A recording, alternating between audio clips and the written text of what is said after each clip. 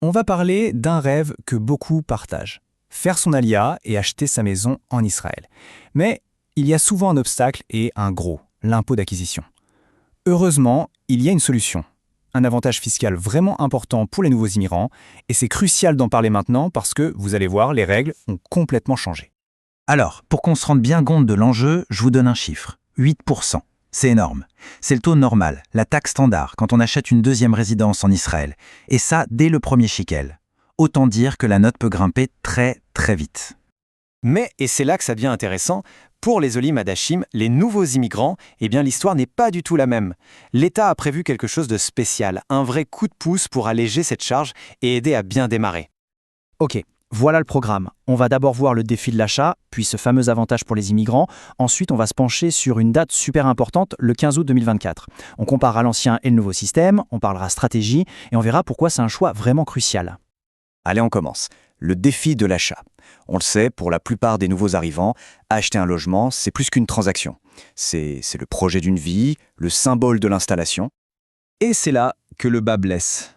Le fameux Masé Rechicha, l'impôt d'acquisition. Attention, ce n'est pas juste une petite ligne sur la facture. Non, non.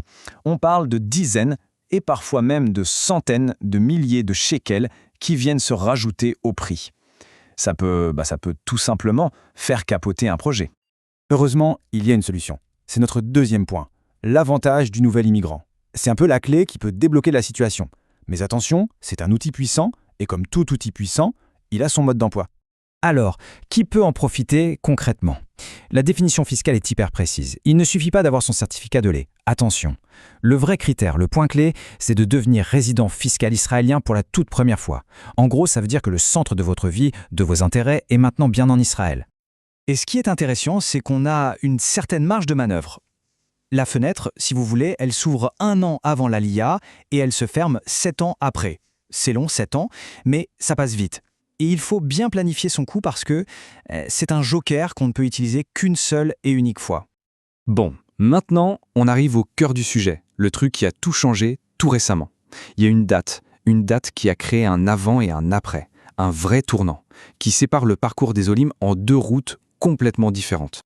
Cette date, il faut la graver dans votre esprit. 15 août 2024, c'est la ligne de démarcation. Que l'ALIA a eu lieu avant ou après, ça change tout. Absolument tout. Le système fiscal n'a plus rien à voir. Et voilà ce que ça veut dire, très concrètement. Pour une ALIA faite avant le 15 août 2024, il y a une chance incroyable, on a le choix. Le choix entre l'ancien système et le nouveau. Par contre, pour une ALIA faite après cette date, eh bien, plus de choix. C'est le nouveau régime et c'est tout. Et ça, c'est vraiment le point de départ de toute stratégie.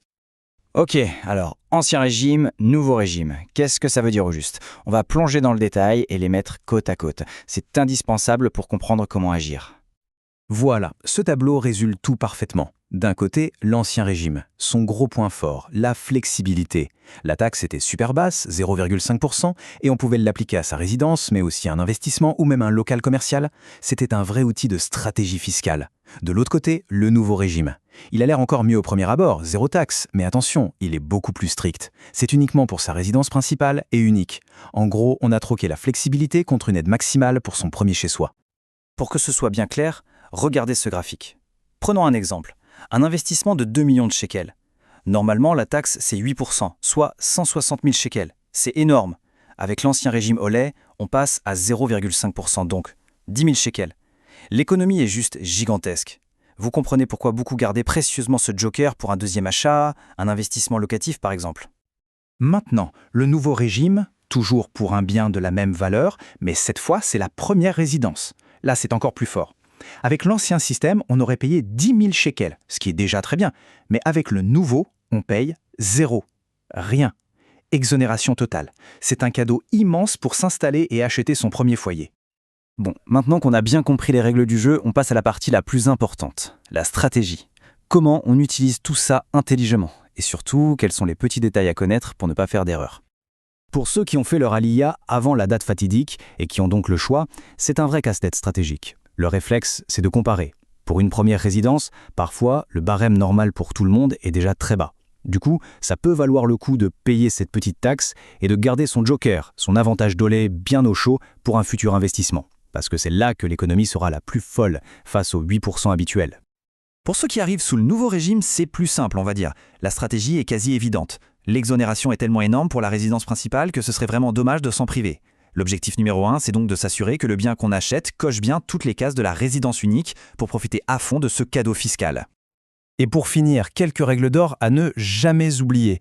D'abord, on ne peut l'utiliser qu'une seule fois. C'est une cartouche, pas un chargeur. Ensuite, bonne nouvelle pour les jeunes, le service militaire met le compteur des 7 ans sur pause. Troisième point, si le conjoint n'est pas Olaf, pas de panique, tout n'est pas perdu, il y a des montages possibles. Et enfin, le plus important de tous, vraiment, il faut devenir résident fiscal en Israël. Sinon, on risque de devoir tout rembourser. Et ça fait mal. Voilà, on arrive à la fin de ce tour d'horizon. S'il y a une chose à retenir de tout ça, c'est que la décision ne se prend pas à la légère. Il faut être bien informé et bien réfléchir. Cette phrase résume tout. La complexité des règles, ça veut dire qu'une planification fiscale est indispensable. On ne parle pas de remplir un simple papier, non. C'est un levier financier extrêmement puissant. Et son utilisation doit être pensée, calculée pour en tirer le meilleur parti. Et le point final, c'est que chaque situation est unique. Il n'y a pas de solution miracle qui marche pour tout le monde. Les projets de chacun, la date d'Alia, c'est tout ça qui va dessiner la meilleure stratégie. Et le choix qui sera fait, eh bien, il aura des conséquences financières très importantes pour longtemps. Du coup, la question finale, elle est pour chacun. Face à cet avantage fiscal unique, ce joker qu'on ne peut jouer qu'une seule fois dans sa vie, Dolé, comment allez-vous l'utiliser au mieux pour construire votre avenir ici, en Israël ?